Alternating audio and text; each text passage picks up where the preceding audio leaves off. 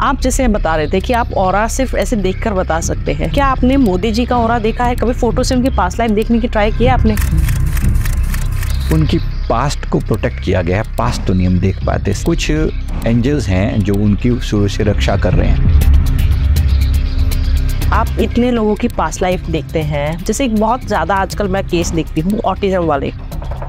माँ बाप के कर्म इफेक्ट कर रहे हैं या बच्चे के कर्म इफेक्ट कर रहे हैं उसमें? ऑटिज्म में दोनों के कर्म इफेक्ट करते हैं कि जितना जितना आपने तकलीफ दी है वैसी वैसी तकलीफ किसी ना किसी रूप में साथ मिलेगी। तो जैसे अंबानी है, इन्होंने ऐसे क्या कर्म किए थे जो सुपर रिच है? 10-12 जन्म पहले की बात है, अपना जैसे तैसे गुजारा करते थे।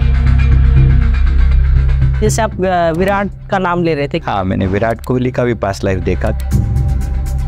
ये एक इंडियन फिलोसोफर थे 13th सेंचुरी के आसपास। ये राम नाम का प्रचार करते थे खूब, मतलब फिलोसफिकल बातें बहुत थी इनके अंदर। बहुत लोग आके कंप्लेन करते हैं कि हम इतना दान करते हैं, हम सबके लिए अच्छा करते हैं, तो हमारे साथ ही ऐसा क्यों गलत हो रहा है? आप सिर्फ इस जीवन की अच्छाइयों को गिना रहे हो, पिछले जीवन की बुराइयों को क्यों नहीं देख पा रहे? मेरा क्वेश्चन ये है कि डेथ के बाद जो सोल होती है, जो आत्मा होती है, वो कितने टाइम तक रहती है धरती पे? अधिकतर दाह संस्कार के दौरान वो सोल मौजूद होती है। वो सबकी आंखों में झांक कर देखता है कि लोग मेरे बारे में क्या फील कर रहे हैं। जैसे कुछ कहते हैं कि पैसा अटक गया है, एकदम से ही बिल्कुल डाउनफॉल आ गया है, तो इसके पीछे भी यही रीजन होता है? डेफिनेटली। क्या ये पास्ट लाइफ जो रिग्रेशन होता है, ये आप लाइव कर सकते हैं अभी?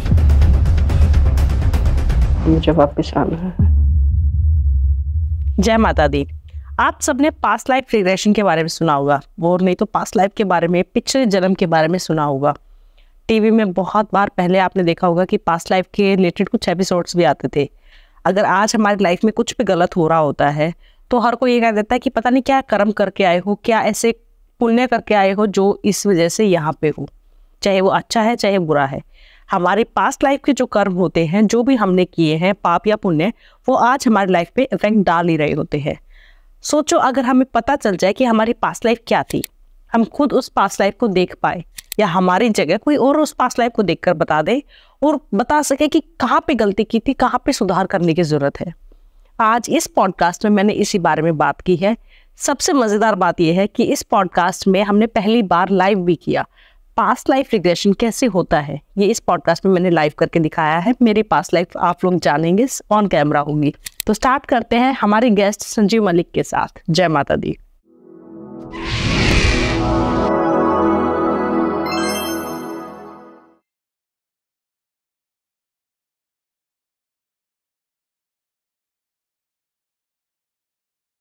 जय माता दी संजीव जी। जय माता जी। कैसे हैं आप? जी ठीक। आपको बुलाने का मोटिव मेरा ये था कि बहुत कुछ ऐसे एक्सपीरियंस मैं भी कर रही हूँ, मेरी ऑडियंस कर रही है, और एक स्टार्टिंग का जो मेरे दिमाग में जो क्वेश्चन है कि मुझे आपसे सबसे पहला क्वेश्चन जो करना है वो ये कि 3 से 5 बजे जब हमारी आँख खुल जाती है, हर किसी की खुलती है, कुछ लोग वापस सो जाते हैं, कुछ लोग उस टाइम पे ध्यान में बैठ जाते हैं, कुछ लोग प्रे करते हैं। जैसे बचपन से मुझे सिखाया गया था कि अगर इस टाइम पे आँख खुल जाती है तो एक बार बैठ के भगवान से प्रे कर लो, चाहे 2 मिनट ही कर लो फिर वापस हो जाना, बट एक बार कर लो। और इसका बहुत अलग रिजल्ट्स मैंने देखे हैं। क्या मतलब है इसका? देखिए, सबका हम सब हैं तो एक डिवाइन बीइंग्स ही ना, राइट। ये तो यहाँ पर हम आके संसारी चीज़ों में थोड़ा सा फंस गए हैं, तो कहीं ना कहीं हमारा वो डिवाइन कनेक्शन हमें याद करता है। पूरा यूनिवर्स जो है उस समय एक्टिव होता है। हमें गुरबाणी में गुरु नानक साहब जी से अमृत वेला बोलते हैं, मतलब अमृत की बरसात होती है, एम्ब्रोजियल आवर्स बोला जाता है, या ब्रह्म मुहूर्त बोलते हैं। यानी ब्रह्म जहाँ से एक्टिव होता है वो मुहूर्त जहाँ से ब्रह्म अपनी क्रिएशन चालू करता है। तो ऐसी चीज़ें जब नए नए विचार, नई नई एनर्जीज धरती को एक्टिवेट करने के लिए उस समय एक्टिव हो रही होती हैं, उस समय अगर हम कनेक्ट करते हैं तो सभी एंजल्स उस समय मौजूद होते हैं, सभी महान आत्माएं उस समय बैठकर मेडिटेशन में बैठी होती हैं। हम कई बार ध्यान में देख पाते हैं कि जो हिमालयस के योगी हैं, मेरा उनसे बड़ा कनेक्शन रहता है, खासतौर पे महाअवतार बाबा जी और उनकी जो पूरी जो सोल फैमिली है उनके साथ बड़ा कनेक्शन रहता है। उनको देखते हैं कि वो अमृत वेले विशेष रूप से उनकी जो कनेक्शन है वो होता है कि वो लोग बैठ के कुछ चल रहा है, सब डीपली कनेक्ट करते हैं, फिर वो पूरी अर्थ के साथ कनेक्ट करते हैं, अर्थ की ऊर्जा के साथ। तो वो जब इतना कुछ चल रहा होता है तो हम लोग अगर सोकर बिता रहे हैं उस समय, उस टाइम में, तो इस सारी जो इवेंट है एक तरीके से मिस कर देते हैं। मेन मकसद है कि अगर आप उठ के उस समय कनेक्ट कर पाते हो। और अगर आप एक स्पिरिचुअल साधक हैं तो आपके लिए डेफिनेटली ये टाइम बनता है, राइट। सुनते ही आए हैं उठ जाग मुसाफिर बोर बही है, अब रैन कहाँ जो सोबत है। तो जो टाइम कहा गया कि यानी सनराइज से लेकर लगभग 2.5 घंटा पहले, तो अगर 6 बजे का सनराइज है तो लगभग 3:30 बजे के करीब करीब ऐसा होना चाहिए कि उठ के कुछ किया जाए। अब क्या किया जाए? सबसे पहली चीज़ तो है कि समर्पण भाव से। अब ये वही टाइम होता है जब कहते हैं कि वो माँ सरस्वती जुबान पर बैठती है, वो सब भी बात उतनी ही उचित है, क्योंकि हमने देखा है उस समय अगर कोई व्यक्ति जैसे 3:20 to 3:40 का टाइम हमने ऐसा फील करके देखा है कि वो जो टाइम है अगर उस समय बैठ के कोई आप ब्लेसिंग दो किसी को, तो ऐसा लगता है कि जैसे माँ सरस्वती जुबान पर बैठी है और वो फलीभूत हो जाती है जी। और अगर इतना पावरफुल चीज़ आपके पास मौजूद है, उसको फिर सोकर क्या गंवाना। उस समय में बैठकर दुआ दो, लोगों को ब्लेसिंग दो जो दे सकते हो, और सबसे पहले खुद को ब्लेसिंग दो। सबसे पहले आप एलिजिबल होंगे तभी तो किसी को कुछ दे पाएंगे। मैं तो दोनों हाथ सिर पे रख के खुद को ही ब्लेस की मैं अपने आप को ब्लेस करता हूँ कि मैं अपना बेस्ट वर्जन बन के दिखाऊं। मैं दुनिया में जो करने के लिए आया हूँ पहले मैं वो करूँ, और फिर मैं अपने साथ साथ, हमारे जीवन का तो उद्देश्य ये है कि अपने साथ साथ जन कल्याण करना, लाखों लोगों का उद्धार करना। तो जब हम कुछ ऐसा ही करने के लिए आए हैं, मैं आपके सभी दर्शकों से भी ये निवेदन करता हूँ कि ये उठने का की परंपरा बना ही लीजिए। मतलब एक डिफ़ॉल्ट ऐसा कि भाई मुझे उठना है, जैसे मर्जी। प्रकृति उठाती है आपको पूरा सम्मान पूर्वक। अगर आप उठ के बैठ जाते हैं और थोड़ी सी देर के लिए भी कनेक्ट कर पाते हैं कि मैं प्रभु, मैं आपके साथ कनेक्टेड हूँ, मैं अपने आप को आपके समर्पित करता हूँ, please align me with my goals. मुझे जो मेरे जीवन का लक्ष्य है मुझे वहाँ तक चलने में मदद कीजिए। और नेचर के सारे द्वार खुले होते हैं उस समय में, सारी ब्लेसिंग मिलती हैं, सारी महान आत्माएं। जैसे आप सोचते हैं कि जैसे जिस समय में जो भगवान बुद्ध या गुरु नानक देव जी महाराज जी या फिर भगवान महावीर जी जैसे स्वामी विवेकानंद जैसी जो महान एनर्जीज होती हैं, ये सब एक्टिव होती हैं उस समय में। ये देखती हैं कि इसके लिए हमें उठ के बेडरूम में भी कर सकते हैं या हमें खुले आसमान के नीचे बैठना होगा? इफ पॉसिबल, अगर पॉसिबल है खुला आसमान तो बहुत बड़ी बात है। ओके। अगर नहीं भी पॉसिबल तो चलो जैसे भी करके आप उठे, ये बड़ी बात है ना। तो अगर उठ के थोड़ी देर के लिए कनेक्ट हो गए, हृदय को खोल लिया, अगर घर को नहीं खोल सकते तो हृदय को खोल लिया और हाथ उठा के कि I am connected, please bless me, please bless me, universe please be with me, मैं आपका बच्चा हूँ, मैं आपसे कनेक्टेड हूँ। ठीक जैसे एक छोटा बच्चा उठ के सीधी अपनी माँ को बुलाता है, उसको दूध चाहिए तो फिर माँ से ही मिलेगा। तो बस ऐसे ही करके वो अपने प्रभु को बुला रहा है, अपने इष्ट को बुला रहा है कि प्लीज़ कनेक्ट विद मी। बस वो जो कनेक्टिविटी है ना वो इतनी स्ट्रॉन्ग, और आप 1-1.5 घंटा अगर बैठ गए उस समय तो फिर तो कहना ही क्या। लोग पूछते हैं कि क्या करें भाई, सबसे पहले तो शून्य हो जाइए, become thoughtless by whatever means. अब थॉटलेस होने के लिए आप कोई भी ध्यान की विधि लगाएं, विपश्यना करें, श्वासों पर ध्यान दें, ब्रीदिंग करें, डायनेमिक एक्सरसाइज करें, कुछ भी करें, भीतर से शून्य हो जाएं और शून्य होकर एक बार यूनिवर्स को अपने भीतर उतरता हुआ फील करें। जो वहाँ है वो यहाँ है। एक बार ये कनेक्टिविटी होगी, फिर आपको बहुत ज़्यादा अपने बारे में चिंता करने की जरूरत नहीं। आप पाएंगे कि डे टू डे लाइफ में आप जो भी करेंगे ना, सब एक डिवाइन गाइडेंस से होता चला जाएगा। आप उसी के लिए एक पाइप बनकर रह गए, बांसुरी बनकर रह गए। पूरा यूनिवर्स आपके थ्रू जो है वो जो राग निकलेगा जीवन से, अर्थात जीवन की जो खुशबू निकलेगी, जो साउंड निकलेगी, वो जो रागिनी निकलेगी, मतलब वो कुछ अलग ही होगा। फिर मुझे लगता है जितने भी स्पिरिचुअल लोग हैं कहीं ना कहीं बहुत डीपली कनेक्ट करते हैं इस ब्रह्म मुहूर्त के साथ, और करना भी चाहिए। आप इतने लोगों की पास्ट लाइफ देखते हैं, उनकी पास्ट लाइफ रिग्रेशन करवाते हैं, तो कभी आपने कुछ ऐसा देखा है कि जैसे एक बहुत ज़्यादा आजकल मैं केस देखती हूँ ऑटिज्म वाले। क्यों ऑटिज्म? ऐसे क्या कर्म थे, क्यों है ये? माँ बाप के कर्म इफेक्ट कर रहे हैं या बच्चे के कर्म इफेक्ट कर रहे हैं उसमें? ऑटिज्म में दोनों के कर्म इफेक्ट करते हैं, दोनों का लेना देना है। मैंने एक पीछे मथुरा का एक बच्चा हमारे पास आया था, तो उसका मैंने पास्ट देखा था। तो उसके पेरेंट्स मतलब ऑब्वियसली लेकर आए थे, उन्होंने कहा कि ऑटिज्म है बच्चे को। तो पिछले जीवन में हमने देखा कि इन लोगों ने मतलब ऐसा कुछ था कि ये लोग किसी आश्रम में रहते थे। तो उस समय ये जो बच्चा था, मतलब ये छोटा बच्चा था, और माँ बाप ने एक तरीके से उसको दुनिया की नज़रों में ये सिद्ध करने के लिए कि ये चमत्कारी बाबा है, ऐसे करके छोटे बच्चे को उसके साथ थोड़ा मिल मिला के और उसको थोड़ा प्रचार वगैरह ऐसा कर दिया, और उसके बाद लोग उससे कनेक्ट होने लगे।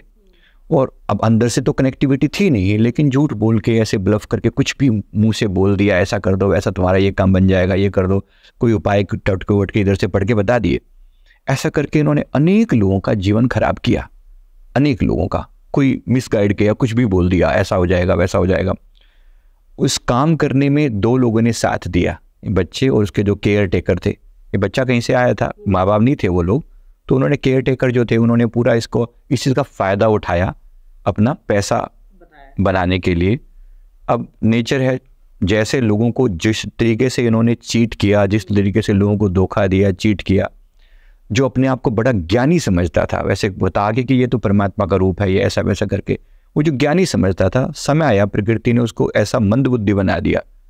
अब जो अगला जन्म हुआ है तो वो इस टाइप से हुआ कि मैं वर्ड यूज़ नहीं करना चाहता, बट कहने का अर्थ है कि जो बहुत ज्ञानी अपने आप को दिखाता था, झूठ बोलता था, वो सारा झूठ जो है अब प्रकृति ने इस जीवन में जाकर वो ले लिया, एक्सपोज कर दिया कि देखो ये तुम्हारी रियलिटी है। ऐसे किसी को चीट करके जो तुमने उल्टे सीधे उपाय बताए और लोगों को मिसगाइड किया, छोड़ेगी नहीं प्रकृति, किसी को नहीं छोड़ेगी। जितना जितना आपने तकलीफ दी है वैसी वैसी तकलीफ किसी ना किसी रूप में साथ में मिलेगी। और जिन लोगों ने साथ दिया है, ऑब्वियसली वो लोग जो उसके असिस्टेंट थे उन्होंने साथ दिया, यूज़ किया, आज वही माँ बाप बन के दुख पा रहे हैं जी। तो कहीं ना कहीं बस इतनी सी बात है कि प्रकृति के साथ कोई खिलवाड़ ऐसा नहीं करना। जब जब हम लोगों के साथ लोगों का दिल दुखाएंगे, परेशान करेंगे, दर्द दिया है तो दर्द मिलेगा, दुख दिया है दुख मिलेगा, अज्ञानता फैलाई है तो अज्ञानता आपको मिलेगी। तो इसलिए कहीं ना कहीं मतलब इसके प्रति सतर्क रहना कि ऐसा नहीं, कर्मों का जो खेल है बड़ा बड़ा डिफिकल्ट है, कहीं ना कहीं इसके प्रति सतर्क रहना बहुत इंपॉर्टेंट है। क्या आप भी अपनी पास्ट लाइफ जानना चाहते हैं? क्या आप भी जानना चाहते हैं कि क्या कर्म करके आए थे जिसकी वजह से ऐसी जिंदगी मिली है, अच्छी या बुरी? क्या आप भी अपने फ्यूचर को जानना चाहते हैं? आपकी लाइफ में जो भी प्रॉब्लम चल रही है, बहुत टाइम से किसी कंपेटिटिव एग्जाम की मेहनत कर रहे हैं बट उसमें सक्सेस नहीं मिल रही है, उसमें आपको जो अचीव करना चाहते हैं वो नहीं मिल रहे हैं, कोई बिजनेस आपने खोला था लेकिन वो बिजनेस वैसे का वैसा ठप हो गया है, शादी नहीं चल रही है, सोलमेट कौन है, कभी आया भी था लाइफ में या आना है, इन सारे सवालों के जवाब आपको आकाशिक रीडिंग में मिलेंगे। यस, मैं बात कर रही हूँ आकाशिक रीडिंग की। आकाशिक रीडिंग में बेसिकली होता क्या है?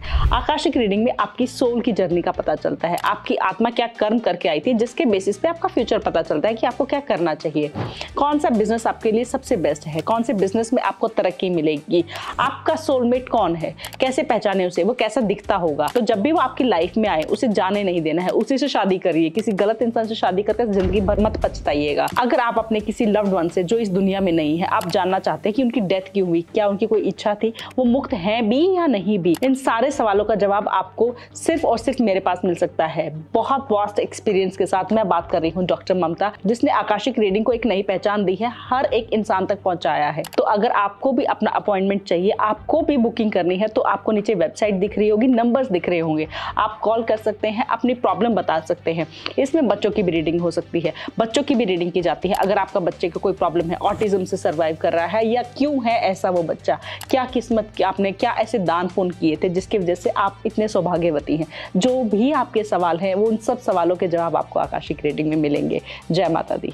तो जैसे अंबानीज हैं, इन्होंने ऐसे क्या कर्म किए थे जो सुपर रिच है? आपने उनके पास्ट लाइफ देखी?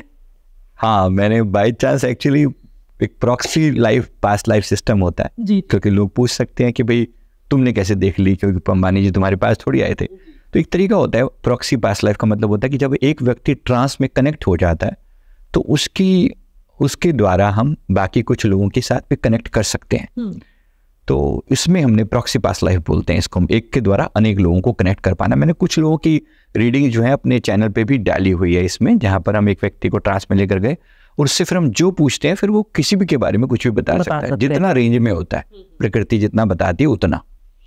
तो उसमें जो है उन्हें जो हमने देखा तो पता लगा कि इनकी रिच होने के पीछे जो टाइम था उसमें हमने देखा कि एक टाइम पीरियड में ये बहुत ज़्यादा पुअर हुआ करते थे, शायद अब से 10-12 जन्म पहले की बात है। तो बहुत पुअर हुआ करते थे उस समय, मतलब इतनी हालत ख़राब थी कि जैसे खाने के लिए दाना रोटी अवेलेबल नहीं थी, तो ये खेतों में जो लोग अनाज काटने के बाद जो कनक के दाने या नीचे गिर जाते थे उसको उठा के उसको लेके रोटी बना के अपना जैसे तैसे गुजारा करते थे। तो उसके एक बार इन्होंने ऐसे ही मतलब देखा कि वो जो सीन दिखाया गया हमें कि वो जब उन्होंने ऐसे ही जब लेके रोटी बनाई, वो दाने इकट्ठे करके रोटी बनाई, तो उसमें इन्होंने जो 3 रोटी बनी तो वो रोटी जब खाने लगे, नदी के किनारे बैठे हुए थे, पानी वहाँ का नदी का पानी लेके, और जैसे करने लगे तो एक कोड़ी वहाँ आ गया। तो वो कोड़ी जो है वो उसने मांगा कि मेरे को तो कोई नहीं है, मैं भूखा हूँ कई दिनों से और मेरे को कोई देने वाला नहीं है, आप मेरी खाना मुझे दे दो।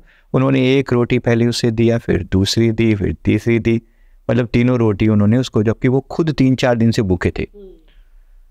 तो ये जो चीज़ थी, मतलब ये जो इवेंट था, जिसमें ये बताया गया कि इस व्यक्ति ने उस समय की अपनी कुल प्रॉपर्टी जो कि 3 रोटियां थी, उन 3 रोटियों के रूप में उसने जो भी उसके पास था उन्हें सब कुर्बान कर दिया किसी दूसरे की खुशी के लिए, किसी दूसरे की हेल्प करने के लिए, कि उसको वो ठीक रहे, अपनी खुद को भूखे होते हुए भी। इस बात से प्रकृति इतनी प्रसन्न हुई, मतलब नेचर, मदर नेचर को इतनी खुशी हुई कि जब तुम दूसरों के लिए कुछ करते हो तो तुम्हारे लिए सारे द्वार खोल दिए जाते हैं। इस चीज़ के फलस्वरूप अगली बार जो इनको जन्म मिला वो एक किंग का जन्म था, इट वाज ए किंग। और उस जन्म में इनको भरपूर दिया गया, भरपूर, कि तूने बांटा है तो अब देख तेरे को फिर देखते हैं कि तुम कितना बांटो, है नहीं, डिड। वजह की बात, इनके अंदर वो जो नेचर थी, वो जो विनम्रता थी, उन्होंने खूब बांटा, तब भी बांटा। अब उस जीवन में जब बांटा, फिर अकॉर्डिंगली उसके पुण्य बढ़ते गए, पुण्य बढ़ते गए, तो आगे के जो जन्म हुए उसमें भी इसी तरह से कंटिन्यू रहा। तो आज भी is like a king only. तो वो जो किंग थे, आपने आप बता सकते हैं कि कौन सा टाइम और कौन से किंग, नाम बता सकते हैं आप? बहुत डिटेल में, मतलब क्योंकि ये प्रॉक्सी था, जी तो जी, प्रॉक्सी में बहुत विस्तार में तो नहीं पता लगा, बट मुझे ये बताया गया कि इनका जो अगला जन्म है किंग के रूप में हुआ था। हम चाहे तो डिटेल में जा सकते हैं, हम गए नहीं उस समय जी। और कोई ऐसे सेलिब्रिटी, जैसे आप विराट का नाम ले रहे थे, कि आपने उनकी पास्ट लाइफ भी देखी हुई है? मैंने विराट कोहली का भी पास्ट लाइफ देखा। किसी ने पूछा कि भाई ये इतने आज क्रिकेट के मतलब एकदम हीरो जो है वो कैसे आखिर बने। इनकी मैंने तीन जन्म पीछे जाकर देखे। एक जन्म में ये एक इंडियन फिलोसोफर थे 13th सेंचुरी के आसपास।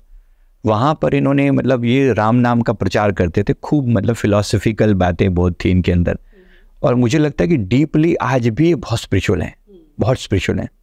बेशक ठीक है, पब्लिक लाइफ में इतना ज़्यादा वो शो नहीं करते, बट कई, मतलब एक्चुअली इनके अंदर जो है ना बहुत डीप लेवल का वैराग्य भी है। फिर एक समय के बाद जैसे इनका जो एक जन्म हुआ, उस जीवन में वो इजिप्ट में एक किंग के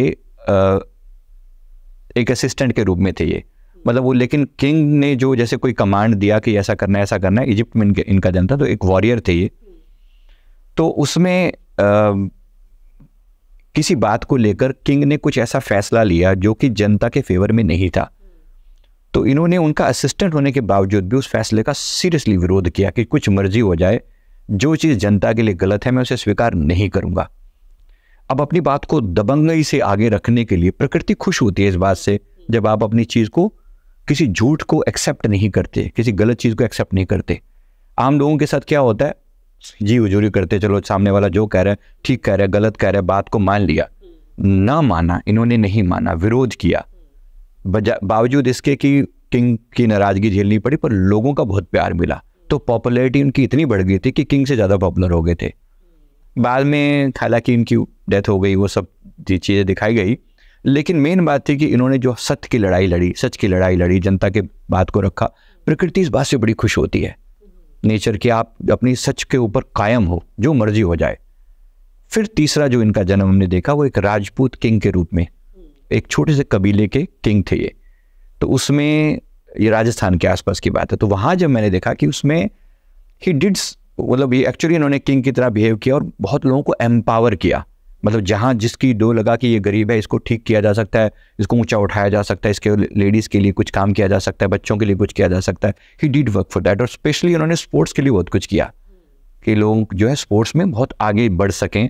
तो अलग अलग कंपटीशन ऑर्गेनाइज करवाना, लोगों को बुलाना, तो वो जो पैशन था ये स्पोर्ट्स वाला, ये वहाँ से कनेक्ट होता है कि उसके बाद ही पॉपुलैरिटी इनकी बढ़ने लगी कि दुनिया के बीच में इतने पॉपुलर होने लगे और सही अच्छे फैसलों के लिए जाने आते थे। आज भी इनकी वही गुण, वही क्वालिटीज़। मैं बस इतना कहना चाह रहा हूँ कि वो जो जन्मों जन्मों की जो चीज़ें हम एक्वायर करते हैं ना, वो इकट्ठी होती जाती हैं।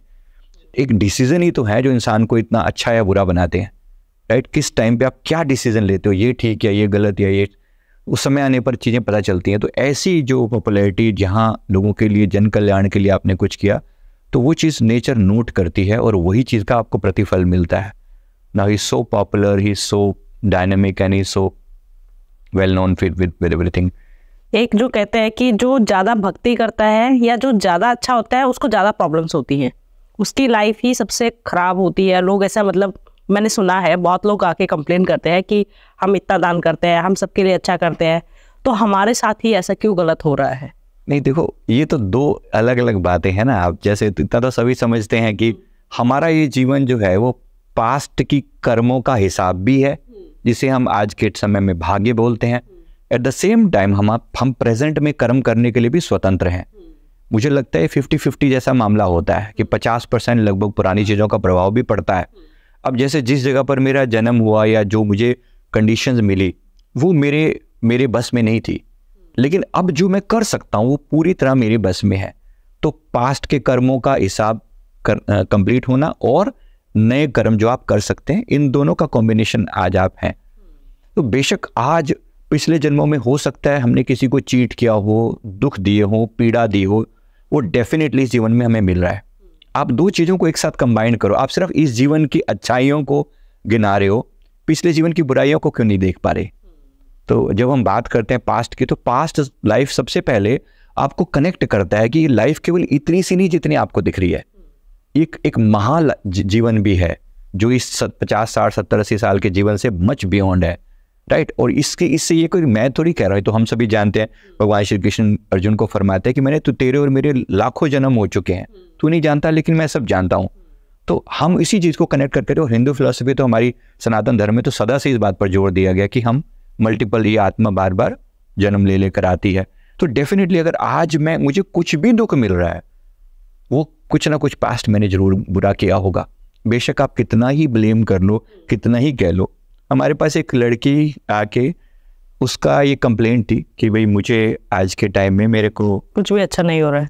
हाँ, मतलब मेरे साथ कुछ अच्छा नहीं, और स्पेशली रिलेशनशिप के बारे में उसने कहा कि सब चीट करते हैं, सब लोग केवल मेरे शरीर का यूज़ करते हैं। उसका सीधा सीधा ये कहना था कि मेरे शरीर का यूज़ करते हैं, जो रिलेशन मिलता है केवल मेरे शरीर में इंटरेस्टेड है। कोई मेरी सोल लेवल पर जो मेरी अंतरिम इच्छा है कि हाँ कोई ऐसा हो जो फील कर पाए, वो दूर दूर तक ऐसा नहीं है। मेरे साथ ऐसा क्यों? उसने कहा है कि मेरे साथ लगभग 25-26 बार चीटिंग हो चुकी है, इस टाइप से जो उसने बताया। अब सुन के किसी को भी बुरा लगेगा कि भाई ये ऐसा क्यों। अब ओके, मैं आज तो मैं सब अच्छा करती हूँ, आज मैं बिल्कुल सब कुछ एकदम, मैं भक्ति करती हूँ, मैं पूजा पाठ भी करती हूँ। बेशक आप करते हो, लेकिन आज के 2-4 अच्छे कर्मों से आपकी वो पुरानी सारी गलतियां छुप नहीं सकती। हमने जब उनका पास्ट देखा तो पता लगा कि लास्ट बर्थ में ये लेडी एक काउबॉय हुआ करती थी, एक मतलब जैसे यूरोप में बहुत अच्छी सुंदर शरीर, मेल फॉर्म में, और उस फॉर्म में कोई भी मतलब फीमेल की तरफ इजीली अट्रैक्ट हो जाती थी और उनको ये यूज़ करता अपने समय के हिसाब से जैसा। तो अब दिक्कत क्या है कि जैसा आप ऐसा कर रहे हो, एक के साथ नहीं, 2 के साथ नहीं, कई लोगों को, कई लड़कियों को इसने अपने हिसाब से यूज़ किया। प्रकृति छोड़ती नहीं है किसी को भी। आपने दिल दुखाए अनेक लोगों के, पीड़ा दी उनकी, सिर्फ और सिर्फ उनका फिजिकल इस्तेमाल किया, नेचर छोड़ती नहीं है। सेम अब वैसा ही हो रहा है, बिल्कुल वैसा ही हो रहा है। अब ये लड़की है, क्योंकि जब तक तुम उस दर्द को खुद से नहीं झेल पाओगे, जब तक तुम मेल फॉर्म में थे तो तुम्हें एक ही चीज़ समझ में आती थी, अब तुम फीमेल फॉर्म में हो तो तुम्हें ये जरूर पता लग रहा है कि इमोशंस क्या चीज़ होते हैं। और जाहिर सी बात है, लेडीज़ को परमात्मा ने बनाए ऐसा कि इमोशंस हाई हैं, तो वो इमोशन आज फील कर पा रहे कि मुझे कितना दर्द होता है। कोई व्यक्ति जब आकर केवल और केवल इस चीज़ में होता है और उसे मेरे इमोशन से कोई लेना देना नहीं, मेरी फीलिंग से कोई लेना देना नहीं है, तुमने एग्जैक्टली ऐसा ही किया है। तो अब प्रकृति छोड़ती तो नहीं। अब बात यह है कि अब क्या करें, सवाल ये होता है अब मैं क्या करूं।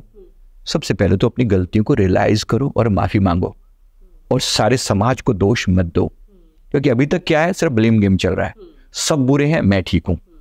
जैसे आप अपने पास्ट को जानते हो, पहली चीज जो शुरू होती है कि मेरी रिस्पॉन्सिबिलिटी, अगर मेरा जीवन खराब है तो ये भी मेरी रिस्पॉन्सिबिलिटी, कुछ तो मैंने तमाशा किया होगा, कुछ तो मैंने गलतियां की होंगी। ये रियलाइजेशन जो है ये पास्ट से ही हो सकता है। लोग कहते हैं आप क्यों पास्ट की बात करते हो, कहीं ना कहीं ये जानना जरूरी है। जब तक आप पास्ट ठीक नहीं करोगे आपका प्रेजेंट ठीक नहीं होगा। yes. और आप दोष ही देते रहोगे। अगर कोई भी व्यक्ति इनकी आज की प्रेजेंट स्टोरी को सुनेगा ना, आप क्या कर लोगे? आपको ये स्टोरी सुनाई जाए तो क्या कर लोगे? आप सिर्फ समाज को गालियां दोगे, नहीं समाज बहुत बुरा है, ये पुरुष लोग बहुत बुरे होते हैं। भाई कोई बुरा नहीं है, सारी दुनिया में अच्छे लोग बुरे लोग सब हैं, मुझे ही क्यों मिले? क्योंकि मेरा कुछ ना कुछ तो कनेक्शन है।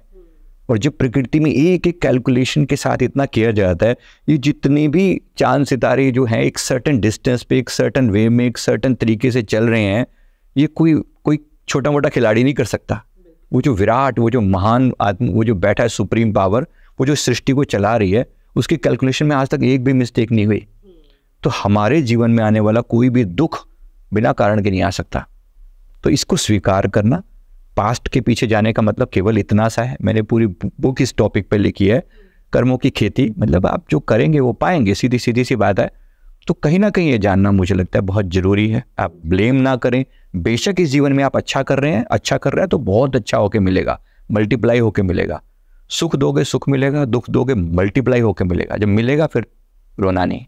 आप जैसे बता रहे थे कि आप ऑरा सिर्फ ऐसे देखकर बता सकते हैं, क्या आपने मोदी जी का ऑरा देखा है कि उनका ऑरा कितना स्ट्रांग है, क्या है? कभी फोटो से उनकी पास्ट लाइफ देखने की ट्राई किया आपने? उनकी पास्ट को प्रोटेक्ट किया गया है, पास्ट तो नहीं हम देख पाते, सबकी तो पॉसिबल नहीं होती। प्रोटेक्ट कैसे कर सकते हैं? कुछ एंजल्स हैं जो उनकी शुरू से रक्षा कर रहे हैं। He is a very highly evolved soul. बेशक कुछ लोगों को पसंद आए ना आए, मैं इस बारे में नहीं जा रहा, वो सबका पॉलिटिकल मोटिव मेरा कुछ भी नहीं है बोलते हुए, पर मैंने उनका ऑरा देखा है, जबरदस्त पावरफुल हो रहा है, जबरदस्त। मतलब जैसे ऐसा लगता है कि उनके ऑरा में ना ऑरेंज कलर सबसे स्ट्रॉन्ग है। इसका कोई बीजेपी से लेना देना नहीं है, कोई ऐसा ना समझे, मतलब जी अथॉरिटी, ऑरेंज कलर जो अथॉरिटी का कलर है, हाँ जी, एट द सेम टाइम वैराग्य का कलर भी है। ओके, वैराग्य का मतलब ठीक है डिटैच्ड है, लेकिन फिर भी एक काम है तो फिर करना है, हाथ में रिस्पॉन्सिबिलिटी ली है तो करना है।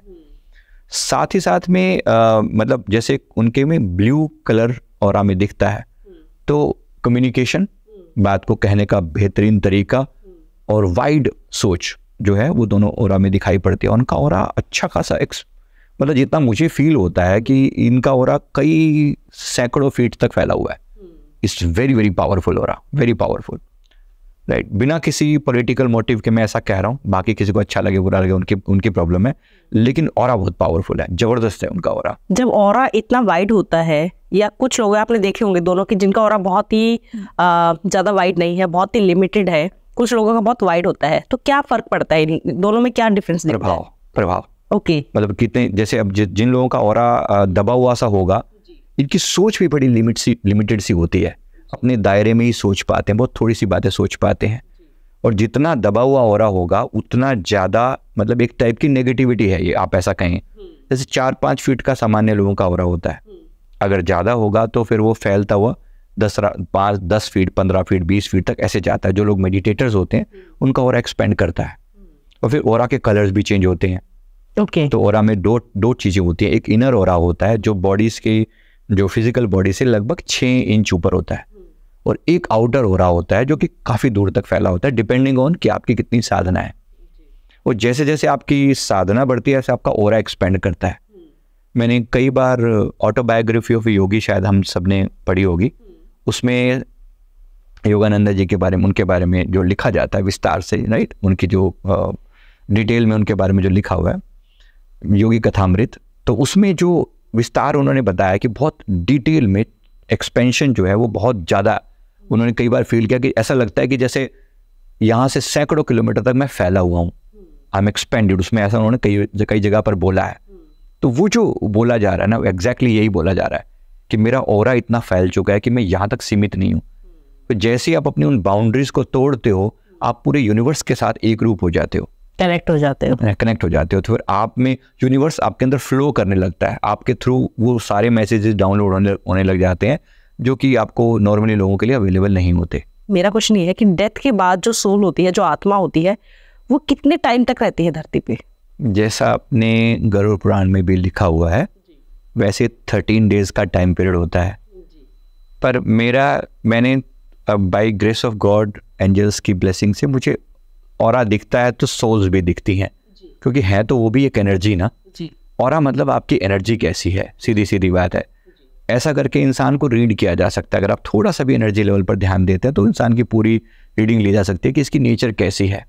ठीक वैसे ही जब आपको जीवित लोगों की चीज़ एनर्जी दिखाई पड़ती है, तो मृत लोगों की एनर्जी भी दिखाई पड़ती है, क्योंकि वो है तो दोनों ही एनर्जी। तो जब आप ऐसे नॉर्मली ध्यान देते हैं तो बहुत सारी डार्क शेडोज नज़र आती हैं आसपास में। तो ये जो डार्क शेडोज हैं, ये मृत लोगों की ही ऑरा होता है। अब नॉर्मली जैसे 13 डेज का जो टाइम पीरियड होता है कि 13 दिन तक वो सोल आसपास में रहती है। हमने अनेक बार ऐसा देखा है, मुझे तो चीज़ें दिखती हैं तो मैं उसी एंगल से बता रहा हूँ कि जैसे किसी की फ्यूनरल है, किसी का जो हम जैसे उसका दाह संस्कार किया जाता है, अधिकतर दाह संस्कार के दौरान वो सोल मौजूद होती है, वो देखने के लिए कि मेरे साथ क्या हो रहा है, मेरे शरीर के साथ क्या हो रहा है, क्योंकि जीवन भर शरीर के साथ एक अटैचमेंट रही है, तो वो सोल कनेक्टेड है अपनी इस फिजिकल बॉडी के साथ, एकदम छोड़ के नहीं भाग जाती वो, अनटिल अनलेस वो कोई बहुत इवोल्ड सोल है, बहुत हायर सोल है। हायर सोल ज़्यादा शरीर से वैसी अटैच नहीं होती, वो जैसी टाइम आता है वो निकल के अपनी यात्रा पर आगे चली जाती हैं। लेकिन जो नॉर्मल सोल्स हैं वो कनेक्ट होती हैं बॉडी के साथ, वो देखती हैं कि मेरे शरीर के साथ क्या किया जा रहा है। तो मैंने कितने ही लोगों को, जैसे कभी मेरा जाना रहता है, बहुत फ्यूनरल्स में किसी के साथ उसमें जाते हैं, तो उसमें देखते हैं कि जिस व्यक्ति का मतलब वो हो रहा है दाह संस्कार, वो खुद ही वहाँ पर खड़ा होता है, वो सबकी आंखों में झांक कर देखता है कि लोग मेरे बारे में क्या फील कर रहे हैं। तो ये बड़ा एक मतलब अगर आप देख पाए तो बड़ा अजीब सा सीन होता है कि आप जिसके लिए रो रहे हो या लोग क्या कर रहे हैं, लोग देखते हैं कि अपनी अपनी बातों में लगे पड़े हैं। हमारे किसी एम्प्लॉई के फादर की एक बार डेथ हुई थी, तो वो उन्होंने बुलाया, तो मैंने देखा कि वो सोल जो है वो जगह जगह पर प्रत्येक व्यक्ति को ऐसे जाकर इज़ लुकिंग एट एवरीवन कि लोग मेरे बारे में क्या बातें कर रहे हैं। और अपनी बेटी जिसके फादर थे वो, उस बेटी के पास वो काफ़ी देर तक खड़े रहे। अब वो अपनी फीलिंग्स के साथ थी, जो भी जाहिर सी बात है, बच्चे को दुख तो होगा, उसमें कोई डाउट नहीं, लेकिन वो जो सोल है वो सबको इवेलुएट कर रही है, देख रही है कि कौन मेरे बारे में क्या फील कर रहा है। और अधिकतर लोग अपनी बातों में लगे पड़े हैं, कोई मोबाइल चेक कर रहा है, कुछ कर रहा है। उस सोल को बड़ा दुख होता है कि आए तो हैं लेकिन कोई मेरे बारे में नहीं सोच रहा। और फिर मैंने ये भी देखा कि उसके जो एंजल्स हैं, जैसे डेथ एंजल्स हैं, वो पास में खड़े रहते हैं, वो एक बार वो पूरा इशारा करते हैं कि एक बार जो देखने देख लो, और यहाँ से तुम्हें अब एग्जिट करना है, यहाँ से निकलना है। कभी किसी ने कुछ कर भी सकती है, ये बता भी सकते हैं कि मैं देख रही हूँ, कभी किसी सोल ने रियलाइज करवाने की ट्राई किया है? हाँ बिल्कुल कराते हैं। जैसे अब जो लोग कनेक्टेड होते हैं, मतलब आमतौर पे जैसे जिन लोगों के रिश्तेदार होते हैं उनको किसी ना किसी फॉर्म में आकर ये बताते हैं। वैसे 13 डेज के बाद क्या होना चाहिए, आइडियली अगर इन्होंने सब कुछ ठीक ठाक देख लिया है तो नेचर की तरफ से इनको हिंट आता है कि अब जाने का समय हो गया, प्लीज़ चलिए, एग्जिट कीजिए यहाँ से, और ये हो गया यहाँ पर तुम्हारा काम। लेकिन सोल्स वहाँ अटक जाती हैं। अटक जाने का मतलब होगा कि अब उन्होंने इस संसार के प्रति भी मोह खत्म नहीं हुआ। देख मेरी बेटी अभी तो, जैसे मैंने इन्हीं की बताई, तो इन्होंने बोला कि मेरी बेटी की अभी शादी नहीं हुई है और मुझे उसकी बहुत चिंता है। मैंने सोल से कनेक्ट करके देखा तो उनका जो आंसर आया कि I am worried about my daughter, जब तक ये इनकी शादी का कुछ नहीं होगा मैं यहाँ से जाने वाला नहीं हूँ। हाँ, इनके अगर किसी का जैसे छोटा बच्चा है तो वो सोल तो जाना ही नहीं चाहेगी बच्चे को छोड़ के, बिल्कुल नहीं जाना चाहती, तो रह जाती हैं। और यही दुखद है। दुखद ये है कि आपका एक टाइम पीरियड निश्चित था यहाँ पर, अब टाइम पीरियड के बाद आपको यहाँ से आगे चले जाना चाहिए था, बट क्योंकि सोल जाती नहीं है तो उसके आगे की सारी जर्नी अफेक्ट होती है इससे। तो जो ये क्रिया करते हैं आखिरी टाइम पे, 13वीं कर रहे हैं, पूरा क्रिया कर रहे हैं, गया या पेवा जाके पिंडदान वगैरह करके आ रहे हैं, तो इसका कुछ असर नहीं करता है? नहीं, असर करता है, लेकिन आप सोचिए ना, ये सोल की फ्री विल है। अगर वो अपनी फ्री विल से, अपनी इच्छा से ना जाना चाहे, कोई क्रिया उसको जबरदस्ती नहीं भेज सकती। नेचर आपकी फ्री विल का हमेशा सम्मान करती है। जो एंजल्स हैं, डेथ एंजल्स हैं, वो आपको समझा सकते हैं कि भाई टाइम हो गया, चलिए यहाँ से, नहीं तो इसके आपके साथ कोई ज़बरदस्ती नहीं की जा सकती। अब मैंने जैसे ये एग्जाम्पल दिया, उन्होंने कहा कि मैं जब तक एक शादी नहीं हो जाती मैं तो यहीं रहूँगा, मैं नहीं जाऊँगा। अब जब वो सोल यहाँ रहना शुरू कर देती है, अब देखो उसका टाइम नहीं है यहाँ पर, टाइम इसका ओवर हो चुका है। अब उसके बाद वो जितने उसके पुण्य है ना, वो पुण्य खर्च होते चले जाते हैं। जब वो प्रेत योनि में होती है एक तरीके से, उसको प्रेत शरीर दिया जाता है जो कि सेमी ट्रांसपेरेंट जैसा होता है, और वही दिखता है हमें। अगर हम थोड़ा सा ध्यान लगा के देखें ऐसे चारों तरफ, तो वो छाया सी नजर आने लगती है। पर वो छाया सदैव पॉजिटिव हो जरूरी नहीं है, क्योंकि जैसे थोड़ा समय बीतता है ना, वो छाया नेगेटिव होनी शुरू हो जाती है, उसके पुण्य कर्म खत्म होने लगते हैं, और आसपास की जो डार्क सोल्स होती हैं वो उसको कंट्रोल करने लगती हैं, उसको बहका देती हैं कि देखो क्यों तेरे बारे में कौन सोच रहा है, सब मुरा गए, तुम तो मर गए हो, तुम्हारे बारे में कोई नहीं सोच रहा, देखो सब स्वार्थी हैं, सब मतलबी हैं। तो बहुत बार ऐसा होता है कि अच्छी खासी पॉजिटिव सोल भी नेगेटिव चीज़ों के संपर्क में आकर नेगेटिव हो जाती है। और जब लोग घरों में फोटोएं लगाते हैं उनकी, या उनकी पूजा करने लग जाते हैं, या उनके गले में माला वाला डाल के, या उनके आगे प्रार्थना, इवन भोग तक लगाना शुरू कर देते हैं, ये बहुत डेंजरस है। मतलब आप एक्चुअली उन्हें इनवाइट कर रहे हो कि आप यहीं टिक जाओ। जैसे मेरे पास बहुत एक ऐसे क्लाइंट आए थे जो भी उनके हस्बैंड थे, उनकी डेथ हो गई थी एक्सीडेंट में, और उन्होंने जब मैंने उनकी स्पिरिट को, जब मैंने उनके रिकॉर्ड्स ओपन किए तो स्पिरिट मेरे सामने आई। तो मैंने कहा ये एनर्जी मुक्त नहीं है, ये गई नहीं है, ये आपकी सराउंडिंग में है। अगर आप कहें तो मैं इससे कह सकती हूँ, इसको मैनिपुलेट कर सकती हूँ, अपनी जो भी मुझे आता है, जितना मैंने सीखा है मैं इसको भेज सकती हूँ। उन्होंने कहा नहीं मैं नहीं चाहती है जाए। वाइफ ने डिनाई कर दिया, उन्होंने 3 बार डिनाई किया।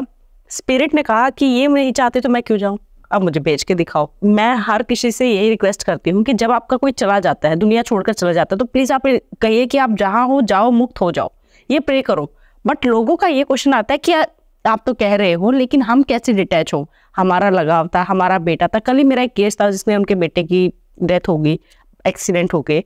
अब वो माँ तो रो रही है कि आप तो कह रहे हो, आपको क्या पता मुझे क्या ऐसा लग रहा है, मैं क्या फील कर रही हूँ।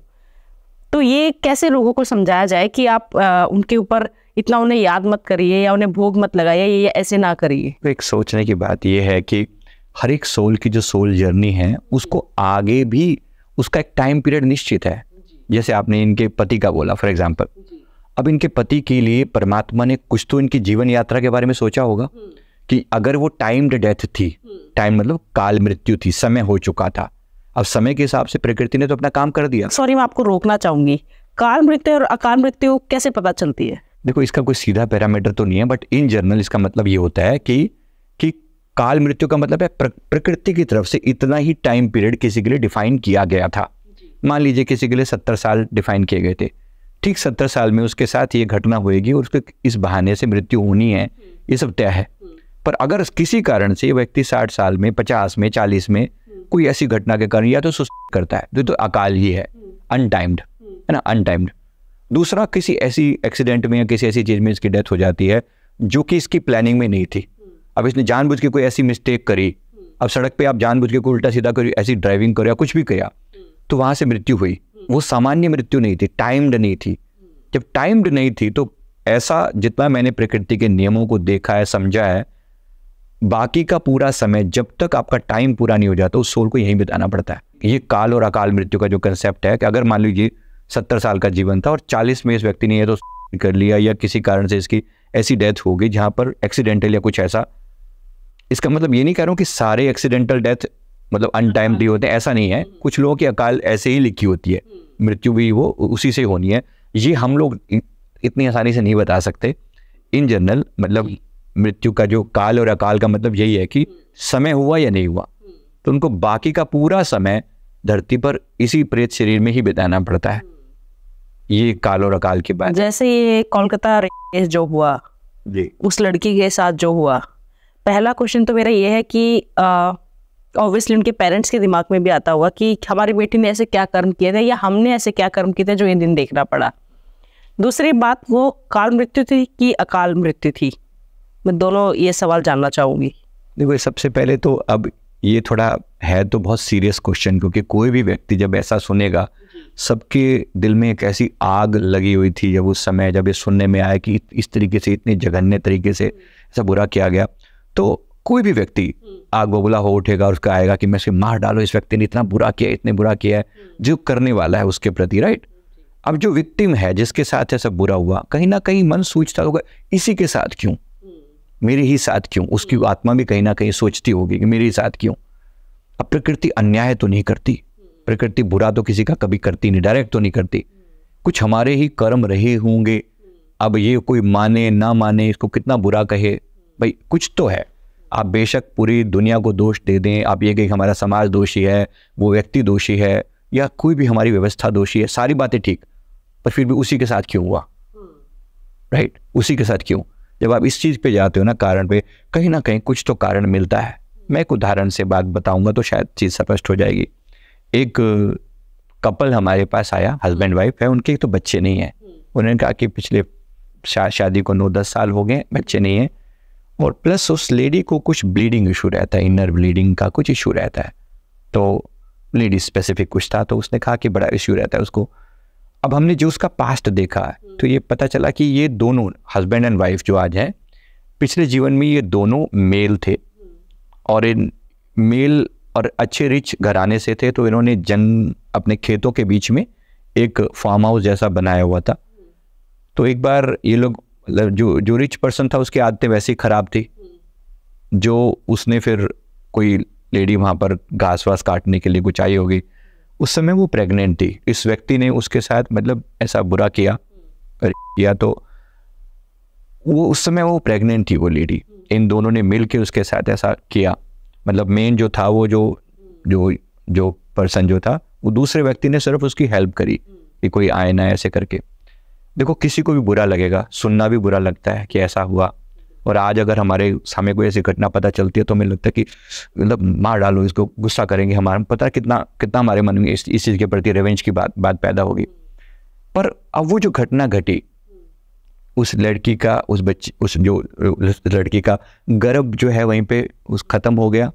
और फिर अब प्रकृति क्या कर रही है देखो, अब वो जो जिस व्यक्ति ने किया, वो जो अमीर आदमी था, उसको अब स्त्री का रूप दे दिया गया, और वो जो उसका साथी था वो उसका जेंट्स बन गया, उसका ये हस्बैंड बन गया। अब वो जो दर्द उसने किसी को दिया, उस दर्द के बदले में इसको कॉन्स्टेंटली वो दर्द झेलना पड़ रहा है। उसने कहा कि कुछ लेडीज इशू है, जो सिमिलर ब्लीडिंग जो उस लेडी को हुई, वो मरी तो नहीं, मतलब बाद में रिकवर हो गई, लेकिन कई महीनों तक उसका वो ब्लीडिंग जारी रही। तो अभी प्रकृति की तरफ से हमें संदेश आया कि जो दर्द जितना दिया है उतना इसको झेलना पड़ेगा। एक आध दिन की बात नहीं, ये सालों साल चलेगा, क्योंकि उसके ऊपर ब्याज भी लगता है। आपने जो दर्द दिया था कितना झेला होगा सामने वाले व्यक्ति ने, क्या कसूर था उस समय उसका? कोई कसूर नहीं था, लेकिन आज आप जो झेल रहे हो उसका कुछ पार्ट आपको डेफिनेटली झेलना पड़ेगा, ब्याज समेत झेलना पड़ेगा। प्लस बच्चे होने की तो बात भूल ही जाओ, क्योंकि तुमने किसी का गर्भ ऐसे नष्ट किया तो वो तो भूल ही जाओ। बात अगर ये एक एग्जाम्पल मैंने इसलिए दिया था कि बात का एक लेवल स्पष्ट हो जाए। देखो मैं हर एक व्यक्ति का मैं ये कहूँ कि मैंने पास जाके देखा, ऐसा तो हमने नहीं देखा, क्योंकि प्रकृति ऐसे केसेस में ना उनके स्पिरिट गाइड उन्हें प्रोटेक्ट करते हैं, और हम लोगों को एंट्री नहीं करने देते। हम उनके बारे में जानना चाहें तो क्लोज कर देते हैं कि नहीं। क्या आप किसी के स्पिरिट गाइड देख सकते हैं? हम कनेक्ट कर सकते हैं। ओके। हम प्रार्थना कर सकते हैं, प्रार्थना करते ही वो कनेक्ट हो जाते हैं। इतना सिस्टम तो प्रकृति ने बना रखा है। जी जी, लेकिन देख नहीं सकते हैं। नहीं, कनेक्ट हो जाते हैं तो फिर देख भी सकते हैं, मतलब उनसे बात की जा सकती है, परमिशन लेनी पड़ती है कि क्या इनका पास्ट में या घटना के बारे में आप बता सकते हैं, क्या हम जा सकते हैं। अगर वो अलाउ करें तो फिर हम देख सकते हैं किसी का पास्ट। स्पिरिट गाइड कौन होते हैं?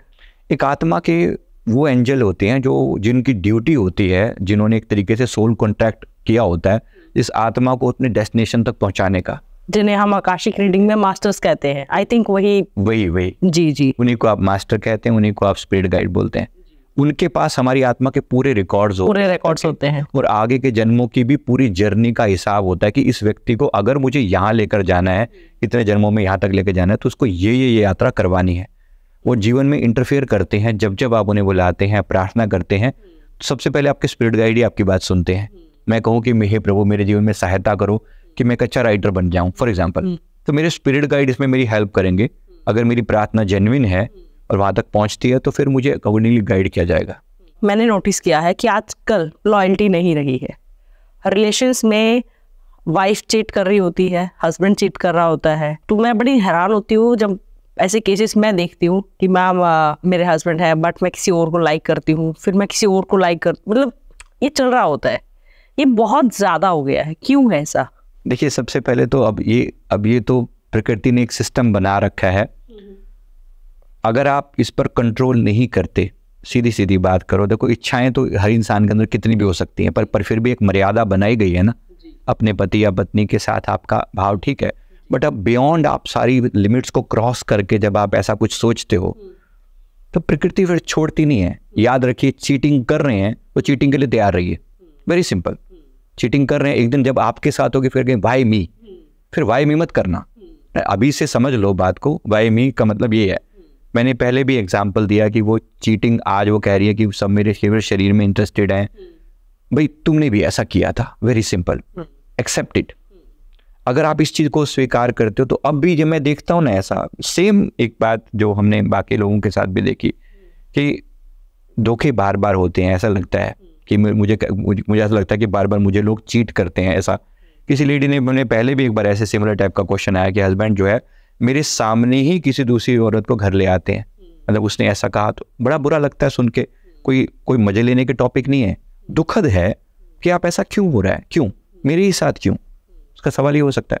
अब जब पास्ट देखा तो पता चला कि ये जो आज ये सॉफ्ट सी दिखने वाली लेडी है, जो मतलब अपने आप को एक विक्टिम कह रही है, कभी इसने बहुत हरकतें ऐसी की हैं। उसने वो क्या करती थी, उसने क्या किया पीछे जीवन में मैंने देखा कि ये लेडी एक जैसे गुलाम लड़कियां बिकती थी उस समय में, तो उसको खरीद के लेकर अपने घर पे, वाइफ है ऑलरेडी, और ये जो आज हस्बैंड है ना, ये वाइफ ही था इसकी, ये इसकी वाइफ था। ये बिल्कुल ऑपोजिट हो गया, मतलब जेंडर ऑपोजिट हो गया, और फिर ये घर में लाकर और उसके सामने ही जो है ना उसके साथ ऐसा। तो कितना बुरा लगता है अगर आप उस चीज घटना को देखो, नहीं, जिसके साथ जो दर्द हुआ है, जिसको जो पीड़ा हुई है, उसके दिल पे क्या बीती होगी। और फिर जब वो कहती है कि मैं इससे बदला लूंगी, उस सोल ने मन में संकल्प डाला कि मैं इससे बदला लूंगी, जो मेरे साथ हुआ है मैं इसे करके दिखाऊंगी, तो इसको पता चलेगा। प्रकृति बिल्कुल बिल्कुल डिट्टो ऐसा हूबहू चेंज कर देती है, आपके हर भाव को पूरा करती है। तो कभी आप विक्टिम थे, अब आप जो है, अब आप कल्प्रिट, आप करने वाले बन जाते हो, और फिर हूबहू आपके साथ वही घटना घटती है। तो क्या ये कभी खत्म भी होता है? क्योंकि मानिए अगर मैंने पास्ट लाइफ में किसी को हर्ट किया है, इस लाइफ में वो मुझे हर्ट कर रहा है, तो फिर ये अभी ऑब्वियसली अगर मैं हर्ट हो रही हूँ तो मैं भी अपना यही कहूँगी कि तुम्हारे साथ भी ऐसा हो, ये हो। तो क्या ये बार बार चलता ही रहता है या कभी खत्म भी होता है? जब तक इनमें से कोई एक व्यक्ति जाग नहीं जाएगा, एक व्यक्ति अवेकन नहीं हो जाएगा और माफ नहीं कर देगा, तब तक चलता ही रहेगा। एंडलेस है ये साइकिल। अब हमारी सारा बॉलीवुड इसी चीज का प्रचार करता है, बुरा किया है, तुमने ईंट मारी है उसने तो तुम पत्थर मारो, उसको ऐसा कर दो, उसका जवाब दो, उसका बदला लो, बदले का बदला, बदला बदला बदला, सारा मतलब सब चीजें हमारा रिवेंज, सारा रिवेंज के ऊपर ही बेस्ड है। सारी मूवीज देख लो, घूम फिर के रिवेंज पे बेस्ड है। उसने ऐसा किया तो मैं उसके साथ इतना बुरा करूंगा, और फिर लोग तालियां बजाएंगे, वाह वाह वाह बहुत अच्छा हुआ। अच्छा नहीं हुआ भाई, अच्छा नहीं हुआ। आपने अब रिवेंज लिया, जिसके साथ रिवेंज लिया गया वो बैठ जाएगा चुप होकर, क्या फिर वो भी ऐसा ही सोचेगा, और कभी कोई किसी को माफ करने की बात नहीं सुनती। उसने ऐसा किया तो, बट ये बहुत रेयर होता है, बहुत रेयर केसेस है जहाँ मतलब हो सकता है मैं जब से इस फील्ड में आई हूँ, एक्सट्रीम मेडिटेशन करने लगी हूँ, ये सब आज मुझे कोई तकलीफ देता है, कुछ भी होता है, तो मेरी जो फैमिली उनको लगता है कि तुम्हारे साथ गलत हो रहा है, मुझे बार बार रियलाइज करवाते हैं, और मुझे होता है कि ठीक है वो उसकी किस्मत खराब है, उसकी किस्मत खराब है, मुझे वो आता है बार बार। एंड आई थिंक ये मेडिटेशन की वजह से हुआ है। जितना आप ध्यान लगा रहे हो, जितना आप स्पिरिचुअलिटी में जा रहे हो, समझ रहे हो, उतना आपके साथ होने लग जाता है। आप रियलाइज कर पाते हो, ऐसा नहीं है कि होने लग जाता है जी, मतलब हो तो रहा ही है चीजें, बट आपको तब कारण समझ में आने लगता है कि आपके साथ जो हो रहा है कहीं ना कहीं आपके साथ आप अवेकन हो गए, उस बात के प्रति जाग गए हो कि हाँ ऐसा है, मैंने भी कुछ किया होगा। अभी तक तो सारी दुनिया का एक ही ट्रेंड है, ब्लेम करो, दूसरों को ब्लेम करो। मेरे साथ गलत हुआ तो मैं गलत करूंगा, मैं करूंगा तो फिर भुगतूंगा भी सही। आई थिंक ऊपर वाले पे छोड़ दो। हाँ, तो धोखा दिया है तो धोखा मिलेगा। अगर मुझे आज धोखा मिल रहा है तो मैंने धोखा दिया होगा। अगर आज मेरे पास धन की कमी है तो मैंने जरूर किसी का धन हड़पा होगा। अगर आज मेरे पास रिश्ते खराब हैं तो मैंने जरूर लोगों के रिश्ते बिगाड़े हों। जैसे कुछ कहते हैं कि पैसा अटक गया है, पैसा नहीं आ रहा है, एकदम से ही बहुत अच्छा चल रहा था, एकदम से ही बिल्कुल डाउनफॉल आ गया है, तो इसके पीछे भी यही रीजन होता है। डेफिनेटली आप सोचिए ना, जब ये कोई भी चीज बिना कारण के तो नहीं होगी। अब किसी व्यक्ति का मैं बताता हूँ, जैसे एक डॉक्टर हमारे पास आए, उन्होंने कहा कि मैं इतना बढ़िया डॉक्टर हूँ, और हैं भी सही, मतलब MBBS MD, नाम नहीं लिया जा सकता ऑब्वियसली, बहुत फेमस हैं, वैसे अच्छे फेमस हैं, लेकिन वो कह रहे कि मेरे पास क्लाइंटेज उतनी नहीं है, लोग नहीं आते। मैं तरस जाता हूँ कि भाई मेरे बाकी लोग हैं कितनी तरक्की करके कहाँ से कहाँ करें, मैंने भी इतनी पढ़ाई कर रखी है, MD के बाद भी उन्होंने बहुत कुछ सुपर स्पेशलाइजेशन किया हुआ है, लेकिन जो उस हिसाब से क्लाइंट्स बहुत कम है, बहुत कम। उन्होंने कहा मैं सारा दिन कई बार खाली बैठा रहता हूँ। अब देखा उनका पास से जाकर देखा तो पता चला कि लास्ट जीवन में भी एक वैद्य थे, और उस समय में आसपास के लोगों के पास कोई और ऑप्शन नहीं होता था, he was the only one available. तो मन माने चार्ज किया, मन माना, जो जिसको आया कि लूट लिया, इतना पैसा दोगे तो इलाज करूंगा, नहीं तो जाओ मरो। जब आपने दूसरों की भावनाओं को नहीं समझा तो आपकी भावनाएं भी नहीं समझी जाएंगी। आपने जैसा दर्द दिया वैसा ही दर्द मिलेगा, जिस मात्रा में दिया उसी मात्रा में मिलेगा, ब्याज समेत। तो हर एक चीज के पीछे किसी को भी कोई दुख दिया है, किसी को कोई पीड़ा दी है, पैसा लेकर लोग भूल जाते हैं, थोड़े टाइम बाद होता है तू कौन भाई। अब देखिए पैसा लेके भूल गए हो, जिसने दिया था तब तो आप हाथ जोड़ के पैर जोड़ के जो मर्जी करके ले आए हो, उस बेचारे के दिल पर क्या बेहतरी होगी। तो यानी कि जो आपने लिया है वो आपको ब्याज समेत वापस देना पड़ेगा। देगी, बड़े प्यार से देना पड़ेगा। इसलिए प्यार से अभी के लिए हिसाब किताब कंप्लीट करके जाना, और किसी के कोई साथ कोई चीटिंग नहीं, किसी तरह की कोई चीटिंग नहीं, वरना एक एक व्यक्ति का एक एक चीज का हिसाब है। एक बिल्डर है मुंबई के, बहुत बड़े बिल्डर हैं, मुंबई के बिल्डर हैं और अच्छी खासी बड़ी बड़ी बिल्डिंग उन्होंने बनवाई है, खुद का घर नहीं है उनका। तो मेरे से जब कारण पूछा कि भाई पास्ट में ले जाकर हमने उनको देखा, तो पता चला कि ये बंदर जो है ना किसी समय भी एक पिछले जीवन में भी कॉन्ट्रैक्टर टाइप का ही था। तो उसने किसी समय किंग ने कुछ कहा कि फलानी जगह पर इस नदी के किनारे पर ये गरीबों की बस्तियां, इनके लिए मैं चाहता हूँ कि इनके लिए अच्छे घर बन जाएं। तो पैसा कुछ दिया गया, मोटा पैसा दिया गया, तो वहाँ के अधिकारियों के साथ मिल मुला के ये वो कर कुरा के, और उन्होंने वहाँ पर 1-2 घर बनवाए, बाकी सारा पैसा जो है उड़ा डाला, अपने पर्सनल स्वार्थ के लिए यूज किया। तो करप्शन कर कुरा के जैसे तैसे लोगों को कागजों पे दिखा दिया। अब जिन लोगों के घर वहां बनने थे, कुछ नहीं बना वहां पर, केवल उनको धोखा दिया गया, चीट किया गया। आज अपने घर के लिए तरस रहा है ये बंदा। सब कुछ है, पैसा होने के बाद अपना घर नहीं है। कुछ भी हो जाता है, कोई भी कारण बनता है, पर अपने घर में रह नहीं पाता। कोई पुलिस केस हो गया, कुछ हो गया, जमीन पे कुछ और का कब्जा हो गया, कुछ हो गया, सब कुछ होने के बावजूद भी तो जैसा किया है वैसा एज इट इज सामने आएगा। तैयार रहना, अगर आप कर रहे हो किसी के साथ चीटिंग, तो ये तैयार रहना कि भाई कल को जब मेरे साथ होगा ना, बिल्कुल हूबहू यही होने वाला है। बी केयरफुल जो हो रहा है ऐसे करके। क्या आप भी अपनी पास्ट लाइफ जानना चाहते हैं? क्या आप भी जानना चाहते हैं कि क्या कर्म करके आए थे जिसकी वजह से ऐसी जिंदगी मिली है, अच्छी या बुरी? क्या आप भी अपने फ्यूचर को जानना चाहते हैं? आपकी लाइफ में जो भी प्रॉब्लम चल रही है, बहुत टाइम से किसी कंपेटिटिव एग्जाम की मेहनत कर रहे हैं बट उसमें सक्सेस नहीं मिल रही है, उसमें आपको जो अचीव करना चाहते हैं वो नहीं मिल रहे हैं। कोई बिजनेस आपने खोला था लेकिन वो बिजनेस वैसे का वैसा ठप हो गया है, शादी नहीं चल रही है, सोलमेट कौन है, कभी आया भी था लाइफ में या आना है? इन सारे सवालों के जवाब आपको आकाशिक रीडिंग में मिलेंगे। यस, मैं बात कर रही हूँ आकाशिक रीडिंग की। आकाशिक रीडिंग में बेसिकली होता क्या है? आकाशिक रीडिंग में आपकी सोल की जर्नी का पता चलता है, आपकी आत्मा क्या कर्म करके आई थी, जिसके बेसिस पे आपका फ्यूचर पता चलता है कि आपको क्या करना चाहिए, कौन सा बिजनेस आपके लिए सबसे बेस्ट है, कौन से बिजनेस में आपको तरक्की मिलेगी, आपका सोलमेट कौन है, कैसे पहचाने उसे, वो कैसा दिखता होगा। तो जब भी वो आपकी लाइफ में आए उसे जाने नहीं देना है, उसी से शादी करिए। किसी गलत इंसान से शादी करके जिंदगी भर मत पछताइएगा। अगर आप अपने किसी लव्ड वन से जो इस दुनिया में नहीं है, आप जानना चाहते हैं कि उनकी डेथ क्यों हुई, क्या उनकी कोई इच्छा थी, वो मुक्त हैं भी या नहीं भी, इन सारे सवालों का जवाब आपको सिर्फ और सिर्फ मेरे पास मिल सकता है। बहुत वास्ट एक्सपीरियंस के साथ मैं बात कर रही हूँ डॉक्टर ममता, जिसने आकाशिक रीडिंग को एक नई पहचान दी है, हर एक इंसान तक पहुंचाया है। तो अगर आपको भी अपना अपॉइंटमेंट चाहिए, आपको भी बुकिंग करनी है, तो आपको नीचे वेबसाइट दिख रही होगी, नंबर्स दिख रहे होंगे, आप कॉल कर सकते हैं, अपनी प्रॉब्लम बता सकते हैं। इसमें बच्चों की भी रीडिंग हो सकती है, बच्चों की भी रीडिंग की जाती है। अगर आपका बच्चे को कोई प्रॉब्लम है, ऑटिज्म से सर्वाइव कर रहा है, या क्यों है ऐसा वो बच्चा, क्या किस्मत की आपने क्या ऐसे दान पुण्य किए थे जिसकी वजह से आप इतने सौभाग्यवती हैं, जो भी आपके सवाल हैं वो उन सब सवालों के जवाब आपको आकाशिक रीडिंग में मिलेंगे। जय माता दी। पास्ट लाइफ आप कैसे, मतलब पास्ट लाइफ कैसे दिखवाते हो आप? कैसे एक इंसान अगर देख सकता है अपनी पास्ट लाइफ? आप जैसे बता रहे थे फोटो से आप देख देते हो, तो कैसे होता है, कैसे कैसे? एक तो होता होगा हिप्नोटाइज करके, एक आप फोटो से, एक जैसे थर्ड आई से, जैसे मैं ध्यान से देखती हूँ, ध्यान लगा के।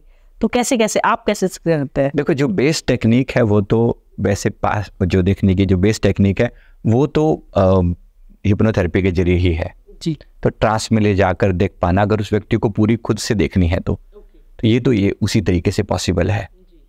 जब तक वो व्यक्ति अपने अवचेतन मन की गहराइयों से कनेक्ट नहीं होता तब तक वो जान नहीं सकता, पास्ट में एकदम से नहीं जा सकता।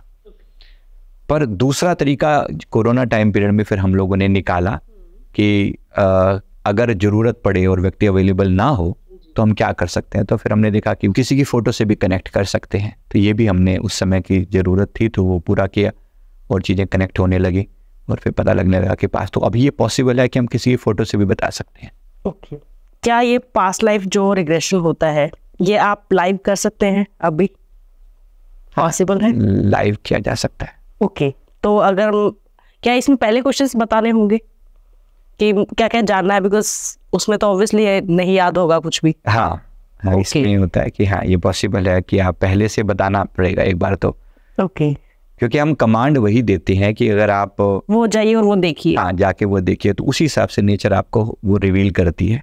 मैं चाह रही थी कि हम ऑडियंस को दिखाए कि होता कैसे है, सो दैट वो ज़्यादा कनेक्ट कर पाए, क्योंकि सबसे ज़्यादा जो कमेंट्स में कहा जाता है कि ये कुछ भी नहीं है, कुछ भी कह रहे हैं, हम कैसे मान लें। बिलीव कराने के लिए आपके लिए हम ये लाइव करेंगे। एंड 2 ही क्वेश्चंस मैं आपसे इसमें रखवाना चाहूँगी, हम ज़्यादा लंबा नहीं खींचेंगे इसको, कि पास्ट लाइफ में मैं क्या थी, माता रानी से मेरा क्या कनेक्शन है, एंड मेरे हस्बैंड के साथ मेरी पास्ट लाइफ, बस इतना। हम ये पास्ट लाइफ रिग्रेशन लाइव शुरू करने जा रहे हैं ममता जी के जो प्रश्न हैं उनका उत्तर देने के लिए। तो हम शुरू करते हैं। आप सबसे पहले आप एक कंफर्टेबल पोजीशन में लेटे हैं, अपना पूरा ध्यान अपने पैरों के अंगूठे की तरफ लेकर जाएं, राइट फुट के अंगूठे की तरफ लेकर जाएं। फील करें कि आपके दाहिने पैर का अंगूठा बिल्कुल रिलैक्स होता चला जा रहा है। आपके राइट फुट का फर्स्ट फिंगर बिल्कुल रिलैक्स हो रही है, सेकंड फिंगर रिलैक्स हो रही है, थर्ड फिंगर रिलैक्स हो रही है, फोर्थ फिंगर रिलैक्स हो रही है। आपके पैर की तली बिल्कुल रिलैक्स होती चली जा रही है। जैसे जैसे आप इसको फील करते जाएंगे उतना उतना आपका मन शांत होता चला जाएगा। आप फील कर पा रहे हैं कि आपके पैर की तली बिल्कुल रिलैक्स हो गई है, राइट फुट की तली बिल्कुल रिलैक्स हो गई है, लेफ्ट फुट की तली भी बिल्कुल रिलैक्स होती चली जा रही है। लेफ्ट फुट का थंब बिल्कुल रिलैक्स हो रहा है, फर्स्ट फिंगर रिलैक्स हो रही है, सेकेंड फिंगर रिलैक्स हो रही है, थर्ड फिंगर रिलैक्स हो रही है, फोर्थ फिंगर रिलैक्स हो रही है। आप फील कर पा रहे हैं कि पूरा पैर एकदम रिलैक्स कंडीशन में आ रहा है। आप लगातार रिलैक्स फील कर रहे हैं, मन बिल्कुल शांत होता चला जा रहा है, आपके पैर बिल्कुल ठंडे होते जा रहे हैं। आप ऐसा फील कर पा रहे हैं कि चेतना बिल्कुल वहाँ पर सामान्य रूप से बिल्कुल शांति शांति रिलैक्स। आपका जो फिजिकल बॉडी है बिल्कुल रिलैक्स्ड है, फिजिकल बॉडी बिल्कुल रिलैक्स है, और आपका एस्ट्रल बॉडी को लेकर माँ साथ ऊपर की यात्रा पर निकल कर जा रहे हैं। आप फील कर पा रहे हैं माँ आपको लेकर साथ ऊपर लेकर जाना चाह रहे हैं। आपका दिल खुशी से झूम रहा है और आप चाह रहे हैं कि ऊपर की यात्रा पर चला जाए, और ऊपर फील कर पा रहे हैं मानो फिजिकल बॉडी से आप अलग होकर आप ऊपर उठते चले जा रहे हैं। आप ऊपर उठते चले जा रहे हैं, माँ आपको साथ लेकर ऊपर जा रहे हैं, साथ लेकर ऊपर जा रही हैं। आपकी वोकल कॉर्ड कनेक्टेड है, आप फील कर पा रहे हैं, आप फील कर पा रहे हैं, मन बिल्कुल शांत है, मन बिल्कुल शांत है। क्या फील कर पा रहे हैं? परफेक्ट। आप अपने जो आपका फिजिकल बॉडी है उसका और आपको कैसा दिखाई दे रहा है? क्या आप उसे देख पा रहे हैं ऊपर से?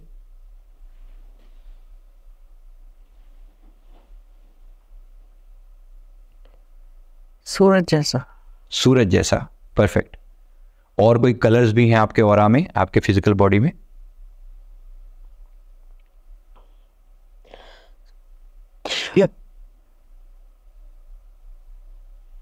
आपको अपने फिजिकल बॉडी के ऑरा में कुछ और कलर दिखाई दे रहे हैं?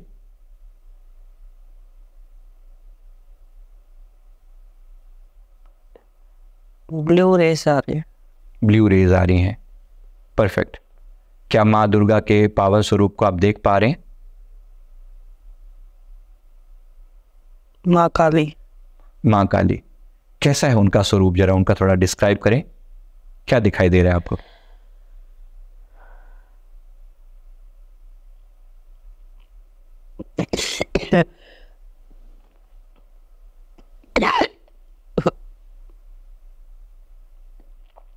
तकलीफ हो रही है। आप बिल्कुल रिलैक्स्ड हैं, बिल्कुल रिलैक्स्ड हैं, बिल्कुल रिलैक्स्ड हैं। माँ की ब्लेसिंग से पूरा वोकल कॉर्ड एकदम एक्टिव है।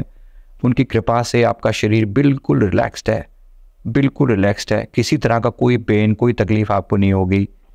माँ आपको ब्लेस कर रही हैं। मेरा गला वहाँ उनकी ब्लेस में बहुत प्यार है, उनकी आंखों में बहुत प्यार है, परफेक्ट। माँ की ब्लेसिंग, हाथ पकड़ा हुआ है, आपका हाथ उन्होंने पकड़ा हुआ है। मैं छोटी सी बच्ची हूँ, आप एक छोटी बच्ची के रूप में खुद को देख पा रहे हैं, परफेक्ट। छोटी सी जी, 3 साल 3 साल की बच्ची के रूप में आप देख रहे हैं, परफेक्ट। आपका थ्रोट चक्र बिल्कुल रिलैक्स्ड है। माँ ने अपना प्रेम भरा हाथ आपके गर्दन पर रखा है और किसी तरह की कोई भी तकलीफ आपको नहीं हो रही है। शरीर एकदम रिलैक्स्ड है, एकदम रिलैक्स्ड है, एकदम रिलैक्स्ड है। माँ बड़ी लाड से, प्यार से आपको अपने साथ लेकर दिखा रहे हैं, कनेक्ट कर रहे हैं। आप माँ का स्वरूप थोड़ा डिस्क्राइब करें, आपको कैसा दिख रहा है वो स्वरूप, उनके चारों तरफ क्या है, कैसा हो रहा है।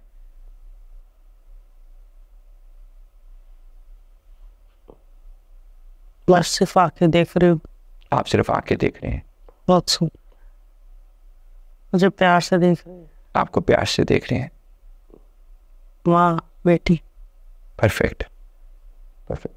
माँ का आपके लिए कोई संदेश है, कुछ आपको फरमा रहे हैं, कुछ कह रहे हैं? सिर्फ हाथ, सिर पे हाथ फेर रही है। राइट। एक बार प्रार्थना करें उनसे कि माँ मुझे कोई संदेश दीजिए, मेरे जीवन का उद्देश्य क्या है, मैं यहाँ पर क्यों आई हूँ, आपने मुझे इस धरती पर क्यों भेजा है। कुछ दिखा रही हैं। क्या दिखा रही हैं?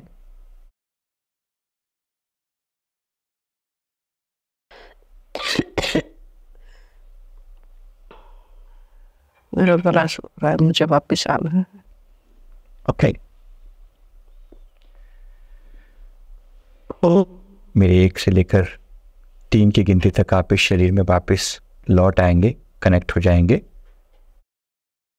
माँ की कृपा से आपका पूरा ऊर्जा शरीर एकदम पूरी तरह से फील कर पा रहे हैं, पूरे शरीर एकदम नॉर्मल।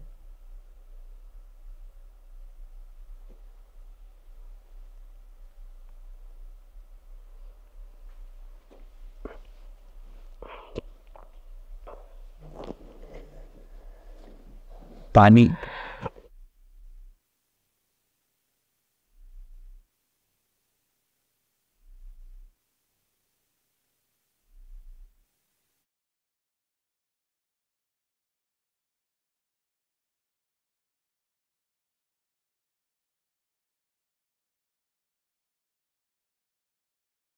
ऐसा लग रहा है पूरी, मतलब बॉडी कहीं से एकदम से ऐसे आ रही है वापस। वो धीरे धीरे फील हो रही है कि मेरी बॉडी है।